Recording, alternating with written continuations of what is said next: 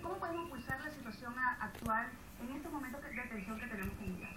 Bueno, precisamente como tú acabas de decir, se llegó a un momento de tensión entre Guyana y Venezuela, y eso lo dijimos en la sesión de la semana pasada, todos los parlamentarios de la oposición que hablamos, justamente por una inercia institucional, por una serie pues, de actuaciones, de declaraciones dadas desde el mismo presidente Chávez en el 2004, en el 2008, en donde prácticamente no le daba importancia al Acuerdo de Ginebra, ¿no? Y yo creo pues que el punto central hoy día es ese, ¿no?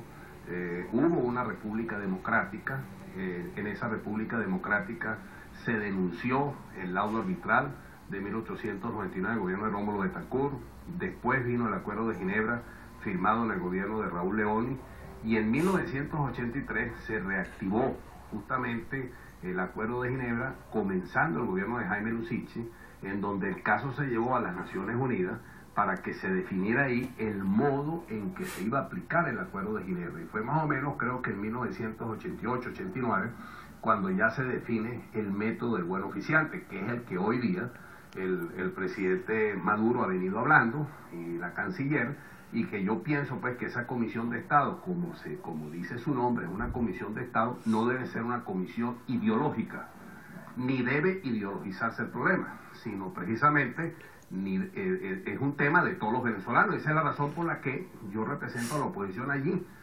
Hay un decreto que es el que sale aquí publicado en la Gaceta, el decreto número 1860, en donde se dice que crean esa comisión presidencial que está integrada, entre otros funcionarios públicos, por 3 representantes designados por la Asamblea Nacional. Yo soy uno de esos representantes designados por las fracciones de la oposición. Pudo haber sido otro diputado, pero bueno, me escogieron en ese momento. ¿Y cuál es el compromiso de todos nosotros? Bueno, luchar precisamente por defender nuestro territorio, por no aceptar concesiones en zonas de reclamación, en controversias que es nuestro. Incluso hay algo sumamente importante, no solamente las concesiones en esa zona, sino en concesiones que han otorgado en otras zonas que no están ni jamás van a estar en reclamación, como es la salida de la fachada atlántica, que es venezolano. Eso no puede estar jamás nunca sometido a ningún tipo de controversia. Y que precisamente un equipo de personas capacitadas, a tiempo completo, negociantes a tiempo completo, facilitadores a tiempo completo, que conozcan de la materia, realmente asuman toda esta responsabilidad histórica de defender lo que es nuestro, lo que es no de esta generación, sino de toda la futura generación. Ahora, ¿cuáles son los planteamientos? ¿Cuáles son las estrategias que desde su punto de vista deben privar justamente en esta comisión para que sea efectiva la defensa del territorio? Bueno, primero eso, ¿no? Que no se puede estar ideologizando el tema, ¿no?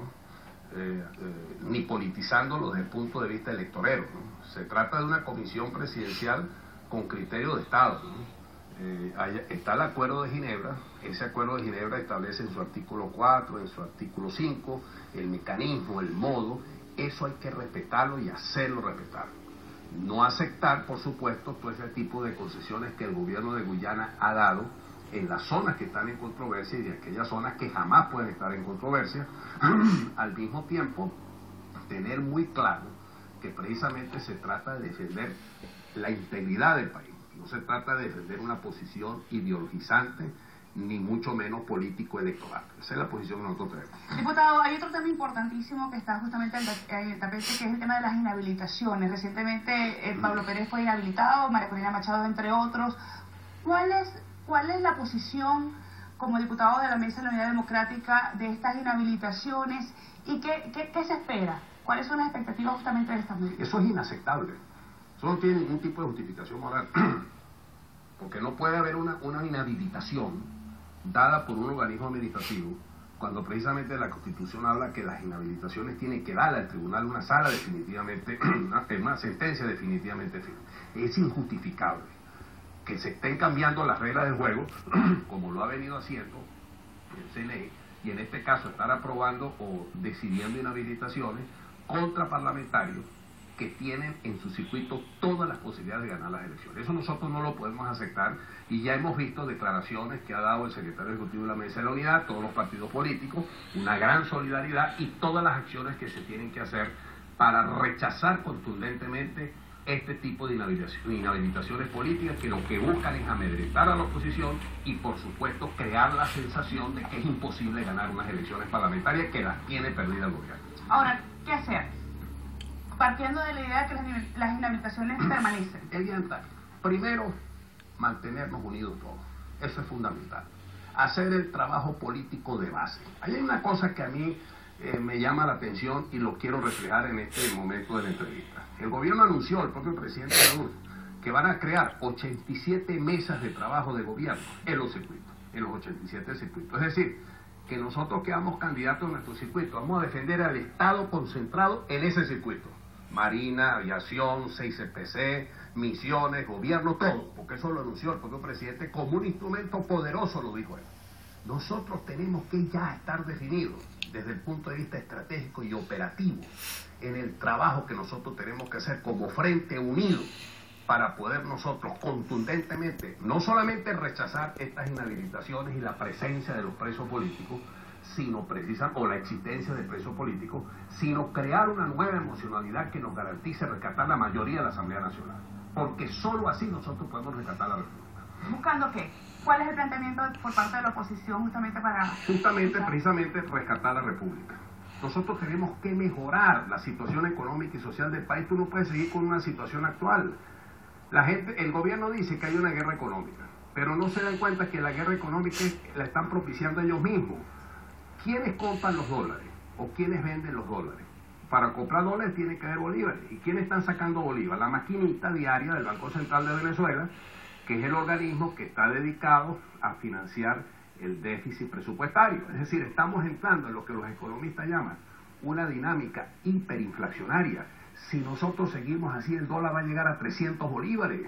Tú no puedes manejar un país así. Tú no puedes manejar un país con inseguridad. Nosotros tenemos que rescatar la productividad nuestra. Nosotros tenemos que meterle recursos al campo. Nosotros tenemos que invertir en ciencia y tecnología. Nosotros tenemos que apoyar las universidades. ¿Dónde se produce el conocimiento? En las universidades. Hoy día los nuevos proletarios del país son los profesores universitarios. Los profesores universitarios no ganan sino 7, 8 mil bolívares. Esa es la gran realidad que estamos teniendo. Por cierto que el pasado lunes se creó un frente de defensa de Mérida y de la Universidad de los Andes, conformados entre otras personas por el rector de la Universidad de los Andes. Sí. También hay diputados de la Asamblea Nacional, hay representantes de otros gremios.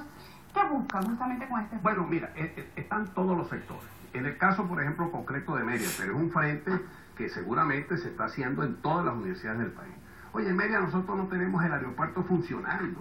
El aeropuerto de Mérida se convirtió en un aeropuerto privado para los contratistas del gobierno, para los altos funcionarios del gobierno.